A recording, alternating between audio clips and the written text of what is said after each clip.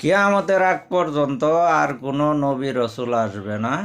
হ্যাঁ, তে কিয়ামতের আগ পর্যন্ত কিন্তু এলেম উলামারা আসতেই থাকবে। কোরআনের হাফেজ, কারি, মুফতি, মৌলানা, হ্যাঁ, সাইকুল হাদিস, হাদিসের মৌলানা।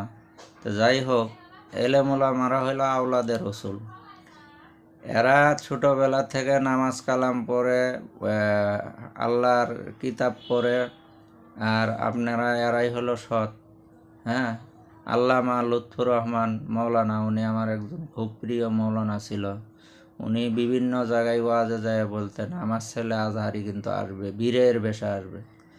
আল্লাহ হজরতকে জান্নাতবাসী করুক। উনি মরে গেছে, হুজুর নাই, কিন্তু হুজুরের কথাটা অক্ষরে অক্ষরে ফলে গেছে।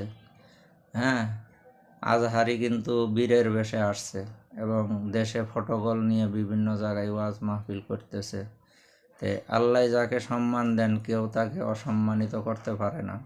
মিজানুর রহমান আজহারি আওয়ামী লীগ সরকারের আমলে দেশে থাকলে হয়তো অনেক অপমান অপদস্থ হইতো।